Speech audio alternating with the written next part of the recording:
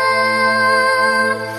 seluruh hidupku menjadi penjaga hatimu. Bayangkan langkah datang, ku peluk bahagia tanganku. Serahkan seluruh hidupku menjadi penjaga hatimu.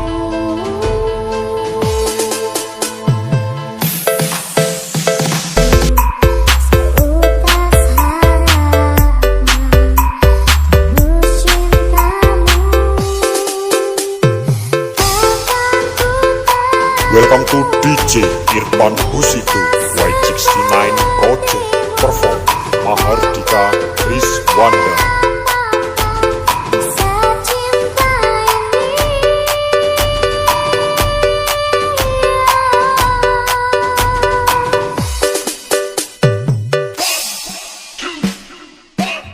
Bayangkan langkah datang, ku peluk bahagia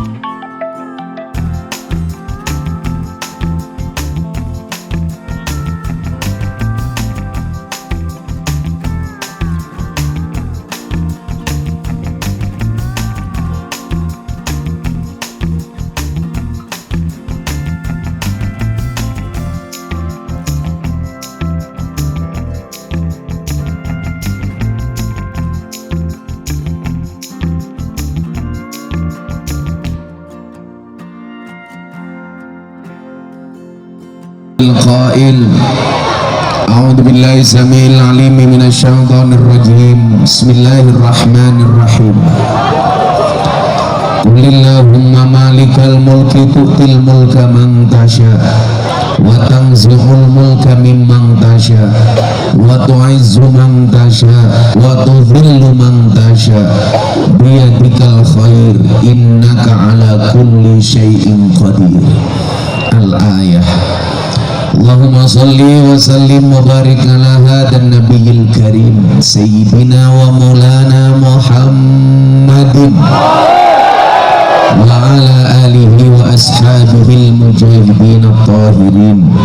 Rabbi shrah li sadri wa yassir li amri wahlul 'uqdatam min lisani yafqahu qawli, amma ba'du. Hadratal muhtaramin, para masyayikh, para kiai, para habaib, tokoh agama yang saya hormati, segenap panitia pengajian dalam rangka apa ini? Pelantikan GB Ansor Kecamatan Tutur menyambut satu abad Nahdlatul Ulama yang saya banggakan, sahabat Ansor Banser yang saya cintai, serta hadirin wal hadirat, kaum muslimin wal muslimat yang berbahagia. Beli gorengan, minumnya susu, orang Pasuruan dunia. Kenapa? Kopi ini ngajak melek, susu ini ngajak turu.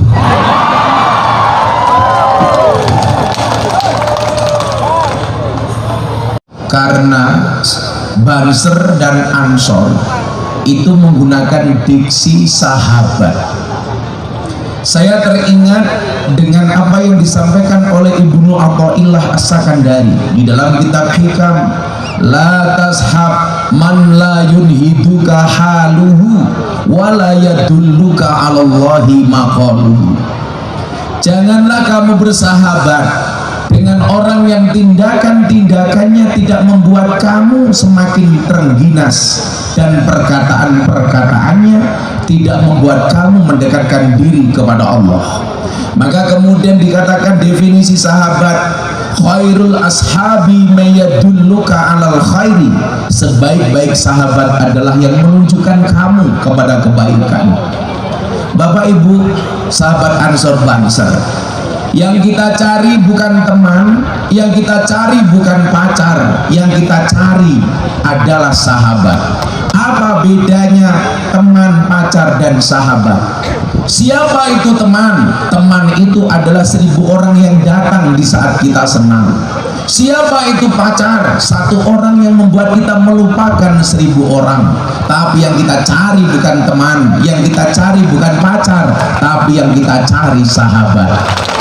Siapa itu sahabat?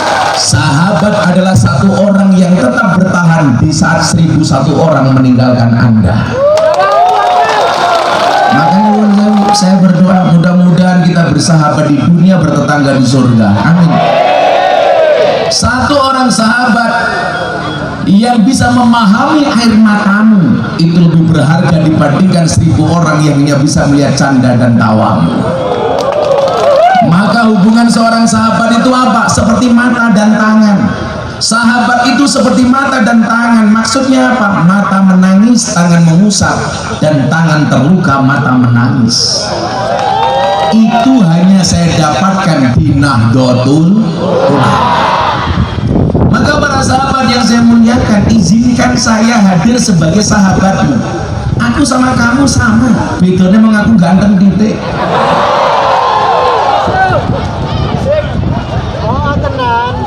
Tenang.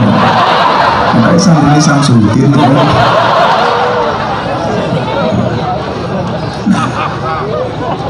Maka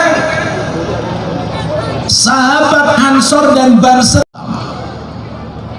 Bapak Ibu yang saya cintai, sahabat Ansor Banser yang saya banggakan, dunia berubah dengan sedemikian cepat. Hanya orang yang terus belajar yang akan menjadi pemilik masa depan. Saya sering bilang, Orang yang terus belajar akan menjadi pemilik masa depan, sementara orang yang berhenti belajar akan menjadi pemilik masa lalu. Kita hari ini digambarkan kepada dua keadaan. Bagaimana kemudian ketika Allah melihatkan kuasanya, tidak ada yang mustahil bagi Allah. Kenapa tadi saya buka dengan ayat surat Ali Imran ayat 20. Anda lihat, dalam waktu yang bersamaan Allah mempertontonkan dua hal kepada kita. Yang pertama, anak kecil, pengamen jalanan, tanpa diduga, tanpa disangka, diundang oleh Presiden Jokowi ke istana. Hanya dengan satu lagu, ojo dibanding-bandingke. Allah angkat derajatnya. Siapa? Farel Prayoga. Tapi di satu sisi Allah kasih gambaran orang yang punya kuasa, punya jabat dan pangkat jenderal bintang 2, Allah hancurkan sehancur-hancurnya, Allah hinakan sehina-hinanya. Siapa Bu? Oleh guru-guru kita, Gus Bupati. Qulillahumma malikal mulki tu'til mulka man tasya wa tanzi'ul mulka mimman tasya wa tu'izzu man tasya wa tudhillu man tasya. Allah hanya ingin menggambarkan begini. Aku mampu, kata Allah, menjadikan seseorang yang bukan siapa-siapa menjadi siapa-siapa. Tapi Allah juga ingin mengatakan, aku juga mampu mencabut kuasa dari orang yang merasa sok kuasa. Maka coba Anda lihat, sejarah membuktikan bagaimana Allah mampu menjadikan orang miskin jadi kaya. Sahlabah sahabat Nabi. Tapi Anda wahai orang kaya, Allah ingin mengatakan kepada kita, Allah juga mampu menjadikan orang kaya raya jatuh hina. Siapa? Qarun. Allah mampu menjadikan orang biasa jadi raja. Siapa? Daud. Peperangan Jalut dan Tolut, Daud berhasil membunuh Tolut, membunuh Jalut. Hanya dengan ketapelnya Allah mengangkat derajat Daud menjadi orang yang luar biasa. Allah juga mampu mengatakan kepada para penguasa yang zalim, hei penguasa, aku mampu membuat kalian hina. Dibuktikan dengan jatuhnya Fir'aun. Padahal Fir'aun, mohon maaf Bapak Ibu, dia mengatakan kepada semua orang, ana rabbukumul a'la, aku adalah Tuhanmu yang paling tinggi. Tidak hanya ngaku raja, dia ngaku Tuhan. Bahkan Allah memberikan segalanya kepada Fir'aun. Kila waqala disebutkan, satu ketika Fir'aun selilitan, Allah utus malaikat untuk dandani cangkeme Fir'aun. Malaikat bertanya kepada Allah, ya Rob, kenapa saya harus dandani cangkeme Fir'aun? Allah berfirman mengatakan kepada malaikat, malaikat, cangkeme Fir'aun ke dandanono sing rapi, ojo nganti selilitan. Mosok Gusti Allah kok cangkeme selilitan? Allah jatuhkan sehina-hinanya. Dan Allah juga kasih gambaran bagaimana kemudian Allah mampu menjadikan seorang perawan ting-ting, gak punya suami, bisa hamil. Siapa? Maryam. Cuman pesan saya satu kepada Bapak Ibu Pasuruan, please anakmu jangan ikut-ikutan Maryam. Nanti malah matur kalau Pak Bupati anakku lo kaya Maryam. Maksudnya apa? Orang di bojo meteng. Niku ra kaya Maryam tapi diuntal codot. Maka kemudian apa? Generasi muda Nahdlatul Ulama, sahabat Ansor dan Banser harus memiliki optimisme. Bagaimana kemudian agama Islam bisa berkembang karena optimismenya. Sahabat Ansor Banser, apa bedanya orang optimis dan pesimis? Bedanya satu, nah. Orang optimis itu melihat peluang dalam masalah, sementara orang pesimis melihat masalah dalam peluang. Saya kasih contoh bagaimana kemudian saya optimis. Ketika orang mengatakan lokalisasi sebagai tempat yang hina, lokalisasi sebagai tempat yang menjijikkan, saya melihat peluang di dalamnya. Apa? Peluang dakwah. Saya datangi mereka para begeng-begeng rahimakumullah. Semua orang mencaci maki Pak Bupati. Miftah goblok, Miftah petok, lonte kok diajak ngaji. Demi Allah, demi Rasulullah, 23 tahun saya ngaji bersama para begengge, tidak sekalipun saya memanggil mereka dengan nama begengge. Kan nggak mungkin saya ngaji mbak-mbak para londe rahimakumullah. Toh saya menyadari mereka pekerjaannya yang menjual kerotok. Apa itu kerotok? Pakan manuk.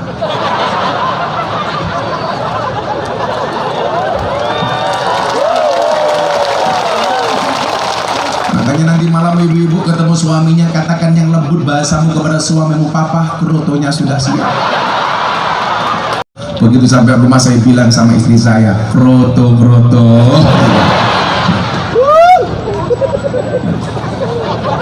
Coba kita lihat, orang optimis melihat peluang dalam masalah. Toh kemudian kita diingatkan, gembok tidak pernah dibuat tanpa kunci, masalah tidak pernah dibuat kecuali tanpa solusi. Pasti ada solusi. Nah hari ini mohon maaf, tantangan kita apa? Begitu besarnya fitnah-fitnah kepada Nahdlatul Ulama. Saya katakan mohon maaf, the best quote of today saya sampaikan. Kadang-kadang badai itu datang tidak untuk mengganggu hidup kita, tapi untuk membersihkan jalan kita. Kita tidak bisa ngatur ombak, tetapi kita bisa belajar berselancar. Kita tidak bisa ngatur omongan orang kepada kita, tapi kita bisa belajar bagaimana menghadapi omongan orang lain kepada kita. Saya sering bilang apa?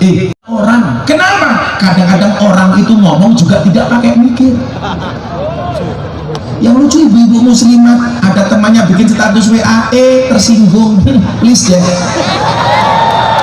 Wong iya tak lagi, ya melu guyu, biasanya jilbabnya pink.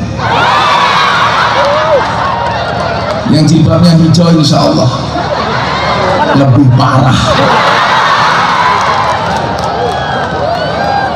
Koncone gawe status WA Pak Bupati tersinggung. Saya sampaikan, kalau ada,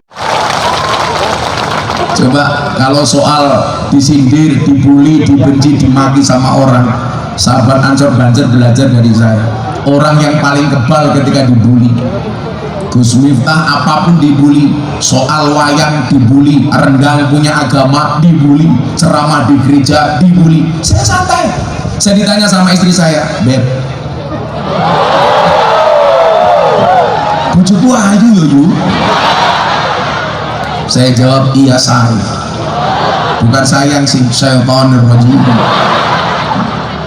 Abah itu kenapa sih kalau dipuji, kalau dibenci, kalau dicaci, dibully, kenapa nggak pernah sakit hati? Saya bilang, kita tidak bisa menutup mulut semua orang, tapi kita bisa menutup telinga dengan dua tangan kita. Yang perlu kita lakukan bukan nutup cangkeme uang, tapi tutupin kupingmu yuk.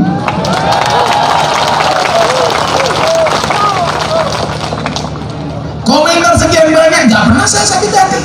Saya pernah satu postingan Pak Bupati dikomentari 100.000, semuanya mencaci. Apakah saya sakit hati? Tidak. Kenapa? Karena komentarnya tidak pernah saya baca.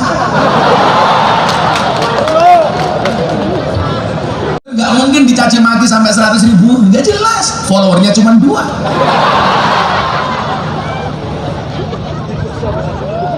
Saya itu bersyukur Pak Bupati. Alhamdulillah hari ini Instagram kita itu followernya paling banyak, bahkan lebih banyak daripada milik Nahdlatul Ulama. Tagar Gus Miftah, 10 tokoh nasionalis yang dianggap merah putih dan paling populer di TikTok. Coba Anda lihat, dari 10 orang itu saya ingin mengatakan begini, ayo kita mampu, kita bisa. Nahdlatul Ulama punya potensi, Nahdlatul Ulama punya segala-galanya. Persoalannya adalah bukan masalah bisa atau tidak bisa, tetapi mau atau tidak mau. Kalau masalah bisa, oh bisa Bapak Ibu. Saya waktu itu dikasih tulisan sama teman-teman, Gus coba dilihat tagar TikTok #BayiNakber tahun 2022, waktu itu diupdate bulan Maret. 10 tokoh yang dianggap nasionalis dan memiliki hashtag paling banyak di TikTok. Nomor 10 ketuane Pak Bupati Gus Muhaimin Iskandar, 5 juta tagar. Nomor 9 Pak Erlangga Hartarto, 31 juta tagar. Nomor 8 Prabowo Subianto, yang paling tidak alim Gus Miftah. Tetapi apa kata Allah nyuwun sewu, kata Syekhina wa murabbi ruhina Abah Dimyatir Rois, beliau mengatakan apa? Qalilum minal yakin khairum min kasirin minal ilmi wal amal. Yang dipunyai miftah itu mungkin sedikit, tapi hasilnya maksimal. Sementara sekarang banyak kiai, banyak gus, banyak santri, dia punya maksimal tapi hasilnya minimal. Sak goblok-goblokku Pak Bupati, 230 orang masuk Islam melalui Gus Miftah. Kowe di Indonesia muncul. Saya waktu itu bersyukur alhamdulillah banyak kiai NU, banyak tokoh-tokoh Nahdlatul Ulama yang kemudian masuk. 9 Ustadz Dasat Latif, nomor 8 Ustadz Maulana. Masa kamu kalau sama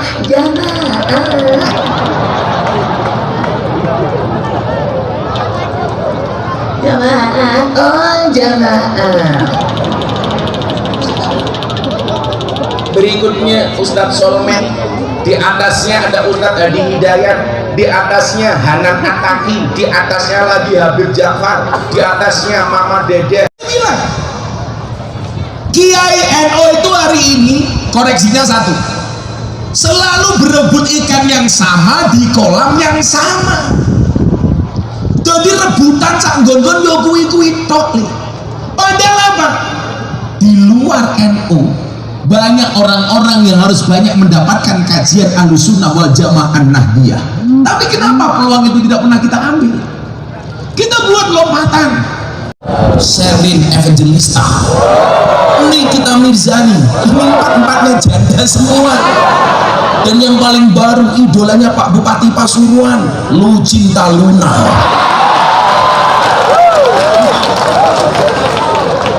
Kita wayu bahasa ngerangkul lagu, ya Allah busine metu.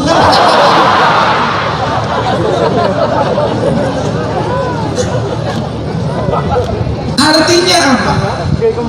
Sejarah mengajarkan perubahan begitu cepat, maka metodologi dakwah juga harus berkembang, Pak. Dulu di awal Nabi Muhammad SAW mengajarkan metodologi dakwah nopo khatibun nas biqadri ukulihim, berbicaralah